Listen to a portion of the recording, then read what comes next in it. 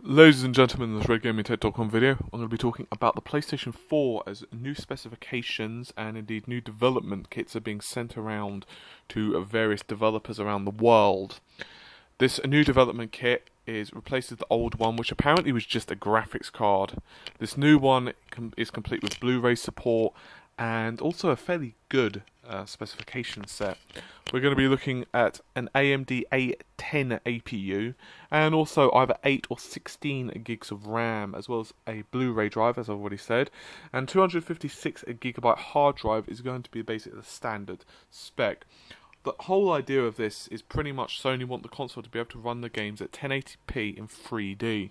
Now obviously, if you guys remember back in the days of when the Xbox 360, just prior to its launch, Microsoft did a conference and they were boasting that all games were going to be 720p minimum. And while that was true at the start of the console's life, obviously as the games became progressively more challenging, in other words, they become later and the graphics improved, there had to be some sacrifices made, and one of the sacrifices that usually has to be made on consoles was the resolution, and basically, suffice to say, some games went down to 600p. So I've no doubt in, say, 4 or 5 years' time, on PS3, or sorry, PS4, we're probably going to be saying the same thing. Obviously, consoles do upscale, however. That's one of the reasons that, for example, I'm sure many of you guys know this, but I'll just go through it anyway. That's one of the reasons the Xbox 360 does have 1080p. Many of the games do not render internally at 1080p, but they're just upscaled, and generally speaking, it does a better job than what your television may do. The PS4 is also going to be supporting Wi-Fi and Ethernet connectivity, as well as HDMI out, so no surprises there, just like the PS3. But the biggest one is going to be with the UI. Apparently there's going to be some major changes. The idea is that they want the whole thing to be integrated much better into the gaming experience. So for example, you'll be able to purchase DLC or new content without actually having to quit the game.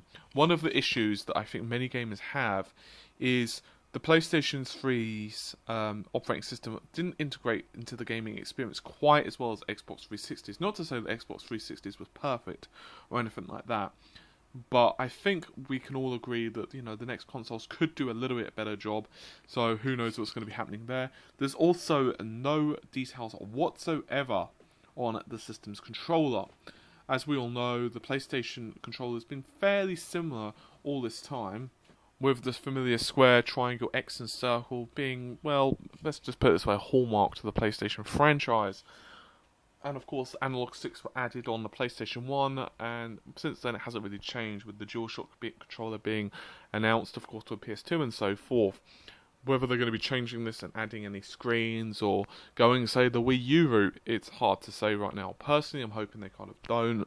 I am very hoping that they continue with how they are. I know some people might have issues with this, and some people absolutely love the Wii U controller. I'm personally not one of them, but that is down to my own personal preferences rather than anything else. So it's going to be quite interesting news for the PC and console gaming community. Well, why do I say the PC gaming community? Well, one of the issues at the moment we're having for PCs, of course, is quite simply that consoles at the moment just are not powerful enough to really handle what a PC is really capable of. So obviously, because many of the games are ports, it could, in theory at least, improve quite a lot of the graphical issues that PC gamers are having. In other words, complaining about lower textures, and in theory as well, make life for developers a lot easier. In other words, for developers, they don't have to worry about, okay, well, you know what, these group of guys can have very high resolution textures, but say the PS3 and 360 cannot, because it just doesn't have the memory. So for example, the Xbox 360 and PS3 both have 512 megabytes of RAM. Okay, they both distribute it differently due to their designs, but there you have it. So anyway, just how powerful the system is going to be in terms of its actual performance is speculation at the moment. I've no doubt there's going to be some number crunching done, but just how accurate it's going to be. After all, these aren't even the finalized specs. It could end up that, for example, Sony say, you know what, it's not really cost effective for us to have 8 gigs of RAM. It might be more cost effective for us to go 4. I would be surprised if that's the case. I personally don't really think 4 is going to be needed, or sorry, used, because operating system sizes are increasing And what you have to do is look at the the size of windows, for example. And obviously, this is a lot more streamlined than that. That's one of the benefits, of course, of a fairly closed operating system, in that you don't have to worry about print drivers, for example. So anyway, this has been a fairly quick video. Hopefully, you guys have found it interesting, and definitely let the speculation start. Personally, I would not be surprised if we see some more concrete evidence, and obviously the rumours are going to continue. It'll be interesting just to see which of the two consoles, in other words, Xbox 720 or PS4, is actually going to win out in the power stakes. Obviously, at the moment, we've got the PS3 and 360 that are roughly even.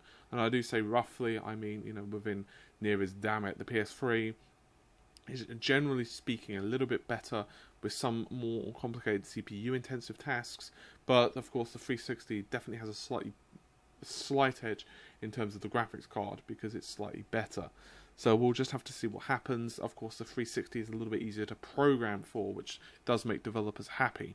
So we'll have to see what happens in the end. And anyway, hopefully you guys have enjoyed the video. I will hopefully see you guys around. If you could subscribe, that would be great. I will, of course, be covering all the latest news on both the PS4 and Xbox 720. So take care of yourselves. Bye for now.